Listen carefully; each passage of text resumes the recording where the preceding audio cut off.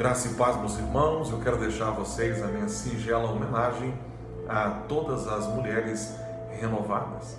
Existe um texto bíblico que eu quero deixar para vocês, dois textos, mas o primeiro em Êxodo capítulo 6. Êxodo capítulo 6 fala a respeito de Eliseba, a esposa de Arão, uma figura extremamente desconhecida da Bíblia. Todos nós lembramos de Arão, o grande sacerdote, o sumo sacerdote.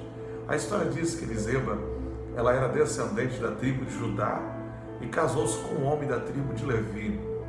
Eliseba poderia ser aquela mulher que carregava dentro dela o DNA de uma rainha, de uma princesa, mas ela resolveu casar-se com alguém da tribo de Levi e ela entregou-se ao ministério sacerdotal. Ela emprestou o seu ventre para ser a mãe de grandes sacerdotes.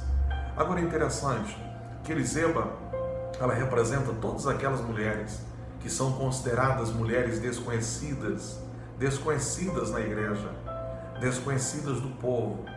Em contrapartida, são esposas de homens que às vezes são honrados, que às vezes são reconhecidos, que às vezes são aplaudidos, que às vezes são ovacionados, que às vezes esses homens são tão renomados e que esquecem que dentro de casa existe uma Eliseba, alguém que poderia ser uma grande rainha, mas abriu mão de tudo para estar ao lado dele, não só por amor a ele, mas por amor a Deus, porque o nome Eliseba significa eu fiz um juramento com Deus.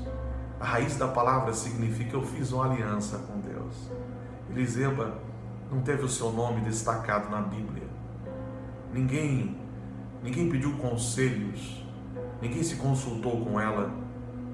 Eliseba não foi conhecida pela coroa que carregava ou que poderia ter carregado. Eliseba não foi conhecida pelos vestidos que ela usava. Eliseba nem conhecida foi, mas mesmo assim foi a principal figura, depois de Maria, depois de Esther e de tantas outras mulheres. Eu creio que Eliseba foi a principal figura. Por quê? Porque dela também veio Jesus Cristo, o grande sacerdote, o grande rei, a mulher que emprestou o ventre para ser mãe de sacerdotes, mas que também era rainha. Eliseba deixa para nós uma lição para você, esposo de pastor, em especial você, minha esposa Cláudia, e todas as esposas de pastores que nós temos aqui, mulheres que tinham tudo para serem mulheres de sucesso lá fora, mas resolveram fazer sucesso, não às vezes reconhecidos, mas dentro do ministério. Deus abençoe vocês. Mas as nossas mulheres, como diz o pastor Luiz Hermínio, mulheres normais, que não são pastoras, eu quero deixar para vocês um outro texto. Lucas capítulo 7, conta a história de uma mulher que era considerada pecadora. E quando fala mulher pecadora, não está fazendo aqui não é um preconceito com a mulher. De fato, essa mulher pecadora era a representação, era a simbologia de todos nós, homens e mulheres, de todo ser humano. Mas em especial essa mulher, ela chega por trás de Jesus Cristo, ela toca os pés de Jesus, ela beija os pés de Jesus, ela chora aos pés de Jesus, depois ela enxuga os pés de Jesus com seus cabelos.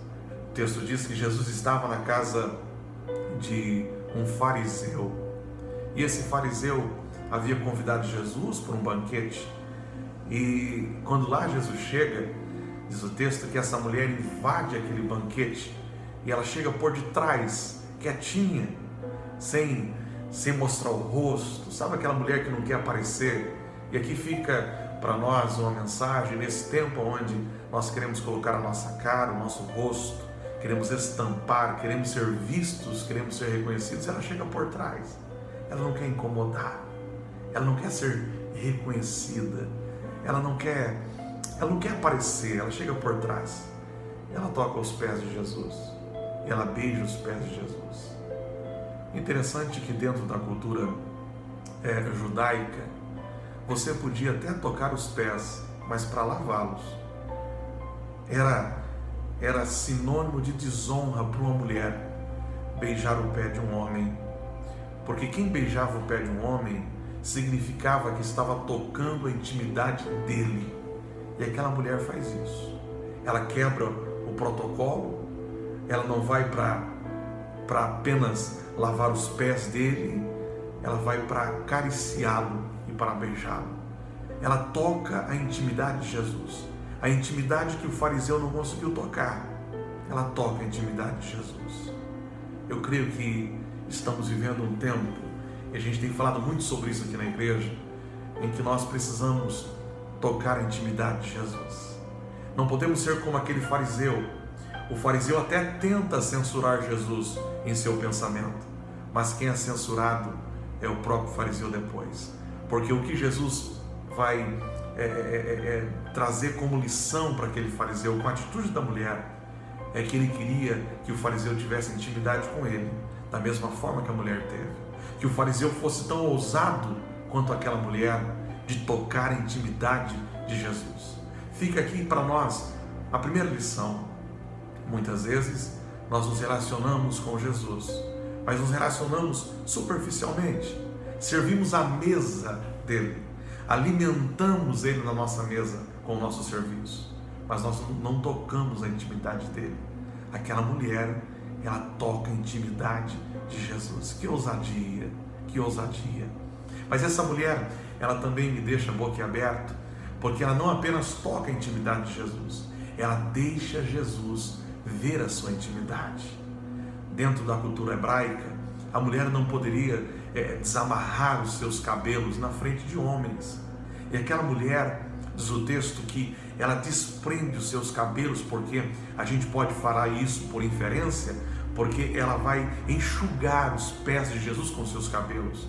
Ou seja, ela deixou Jesus ver a sua intimidade. Ela desamarrou os seus cabelos. Assim como ela toca a intimidade de Jesus, ela deixa Jesus tocar a intimidade dela também. Fica uma lição para nós. Precisamos, sim, ser íntimos com Jesus também. Não precisamos apenas tocar a intimidade dele, mas precisamos deixar que ele toque a nossa intimidade, que ele nos conheça. Entre você e ele não pode ter nada escondido, nada amarrado. Fica para nós essas duas lições. Primeiro, de uma mulher que resolveu deixar de ser conhecida pela descendência de uma rainha, deixar de ser conhecida por carregar dentro de si o DNA real, para ser esposa de um sacerdote. Uma mulher que não teve o seu nome aclamado, o seu nome ovacionado, que viu o seu marido crescer, mas mesmo assim conseguiu conviver com ele, com alegria, com prazer, sabendo que a importância dela era tão grande quanto a importância do ministério do seu marido. Mas fica também a lição dessa mulher, de Lucas capítulo 7, que tocou a intimidade de Jesus. É desse tipo de mulheres que nós também estamos precisando. Mulheres que toquem a intimidade de Jesus, mas mulheres também que deixem Jesus tocar as suas intimidades, que deixem Jesus vê-las assim como elas são. Deus abençoe vocês. Parabéns pelo Dia das Mulheres.